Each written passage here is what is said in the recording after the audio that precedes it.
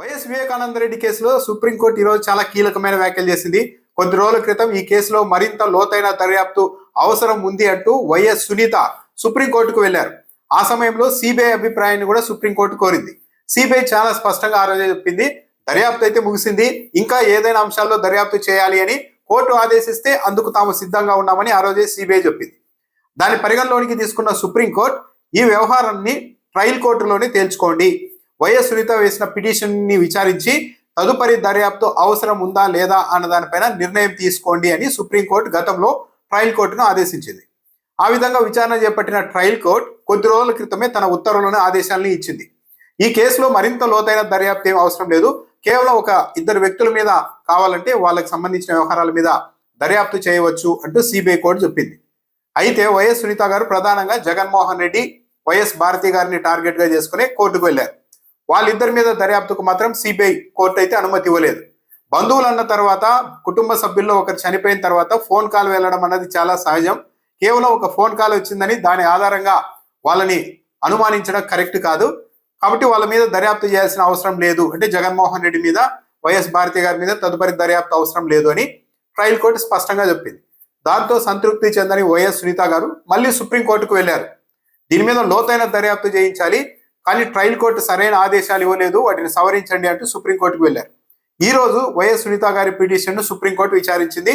ఆమె తరఫున సుప్రీంకోర్టులో సిద్ధార్థ లూత్రా లాయర్ గా హాజరయ్యారు. సిద్ధార్థ లూత్రా గురించి తెలుసు, రాష్ట్ర ప్రభుత్వానికి సంబంధించిన కేసులన్నీ దాదాపు ఆయన విచారిస్తున్నారు. ఇప్పటికే 11,60,00,000 రూపాయల్ని రాష్ట్ర ప్రభుత్వం చెల్లించింది. చంద్రబాబు నాయుడు గారికి సంబంధించిన వ్యక్తిగత కేసుల్ని కూడా ఆయనే పర్యవేక్షిస్తున్నారు. కేసులు కొట్టివేయడంలో కూడా చాలా కీలకమైన పాత్ర కూడా సిద్ధార్థ లూత్రా పోషిస్తున్నారు. అదే సిద్ధార్థ లూత్రా గారు చాలా కాస్ట్లీ లాయర్. వైఎస్ సునీత గారి తరఫున సుప్రీంకోర్టులో ఈరోజు హాజరయ్యారు. మరింత దర్యాప్తుకు ఆదేశించాలి అని కోరారు. అయితే ఈ సందర్భంగా సుప్రీంకోర్టు కీలకమైన వ్యాఖ్యలు చేసింది. ఇంకా ఎంతకాలం మీకు ఈ దర్యాప్తు కొనసాగించాలనుకుంటూ వెళ్తున్నారు? ఇలాగే వరుసగా మీరు పిటిషన్లు వేసుకుంటూ వెళ్తే ఈ దర్యాప్తు పూర్తవడానికి ఇంకో 10 ఏళ్ళు పట్టే అవకాశం ఉంటుంది. ఇది ఎక్కడ ఆగుతుంది? అంటే మీరు మళ్ళీ మినీ ట్రయల్ కోరుకుంటున్నారా అని సుప్రీంకోర్టు ప్రశ్నించింది. ఆ సందర్భంగానే సిబిఐకి కొన్ని కీలకమైన సూచనలు చేసింది. ఈ కేసులో తదుపరి దర్యాప్తు ఇంకా అవసరం ఉందా లేదా అన్నది మీరు చెప్పండి, ఒక నివేదిక సమర్పించండి.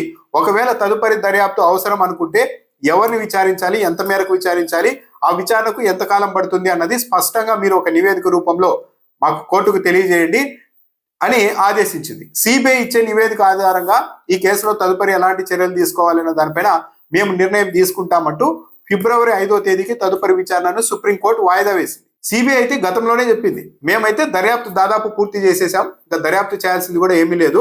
ఒకవేళ కోర్టు ఏమైనా పలానా అంశం మీద దర్యాప్తు చేయండి అంటే చేస్తామని గతంలోనే సిబిఐ చెప్పింది. ఇప్పుడు స్వయంగా సుప్రీంకోర్టు ఇంకా దర్యాప్తు అవసరం ఉందా లేదా అన్నది చెప్పండి అని సిబిఐను ఆదేశించింది. కాబట్టి గతంలో చెప్పినట్టుగానే ఇక దర్యాప్తు అవసరం లేదు అని సిబిఐ కోర్టు చెప్పే అవకాశాలు ఎక్కువగా ఉంటాయి. సిబిఐ ఇచ్చే నివేదిక ఆధారంగానే మేము నిర్ణయం తీసుకుంటామని కూడా సుప్రీంకోర్టు చాలా క్లియర్ గా చెప్పింది. సిబిఐ ఒకవేళ ఇక దర్యాప్తు అవసరం లేదు అంటే ఇంతటితో దర్యాప్తు ముగిసే అవకాశాలు ఉంటాయి. ఆ విషయాన్ని కూడా ఈరోజు సుప్రీంకోర్టు చాలా సూటిగా చెప్పింది. సిబిఐ ఒకవేళ దర్యాప్తు అవసరం లేదు అని అనుకుంటుంటే అది సూటిగా చెప్పండి, ఇక దర్యాప్తుని ఇంతటితో క్లోజ్ చేస్తాం అని కూడా సుప్రీంకోర్టు చెప్పింది.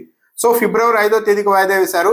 సిబిఐ ఎలాంటి నివేదిక ఇస్తుంది? గతంలో అయితే సుప్రీంకోర్టు చెప్పింది తదుపరి దర్యాప్తు అవసరం లేదని. ఇప్పుడు అందుకు భిన్నంగా రిపోర్ట్ ఇవ్వడానికి అయితే అవకాశం లేదు. సో ఇక తదుపరి దర్యాప్తు అన్నదైతే ఉండకపోవచ్చేమో. కూటమి ప్రభుత్వం అధికారంలోనికి వచ్చిన తర్వాత వైఎస్ సునీత పదే ఇలాంటి పిటిషన్లు వేయడం వెనుక పొలిటికల్ మోటివ్ కూడా ఉంది అన్న విమర్శ కూడా వైఎస్ఆర్ కాంగ్రెస్ పార్టీ నుండి కూడా ఉంది. ఈ అంశాన్ని ఇలాగే నానుస్తూ లోతైన దర్యాప్తు అంటూ పదే ఈ అంశాన్ని లైవ్లీగా ఉంచి వచ్చే ఎన్నికల వరకు కూడా దీన్ని వాడాలి. వైసీపీలోని కీలక నాయకులందరినీ ఈ అంశం ఆధారంగా బదనాం చేయాలి, ప్రజల్లో పలుచన చేయాలన్న ఒక పొలిటికల్ మోటివ్ తోనే, అందులో భాగంగానే చాలా కాస్ట్లీ లాయర్ గా పేరున్న సిద్ధార్థ లూత్రా గారు క్రమం తప్పకుండా వైఎస్ సునీత గారు ఏ పిటిషన్ వేసినా ఆయనే స్వయంగా వాదనలు వినిపిస్తూ వస్తూ ఉన్నారు. కాబట్టి ఇదంతా ఒక పెద్ద నెట్వర్క్ ఈ వ్యవహారాన్ని నడుపుతోంది అన్న విమర్శ కూడా వైఎస్ఆర్ కాంగ్రెస్ పార్టీ నుంచి ఉంది.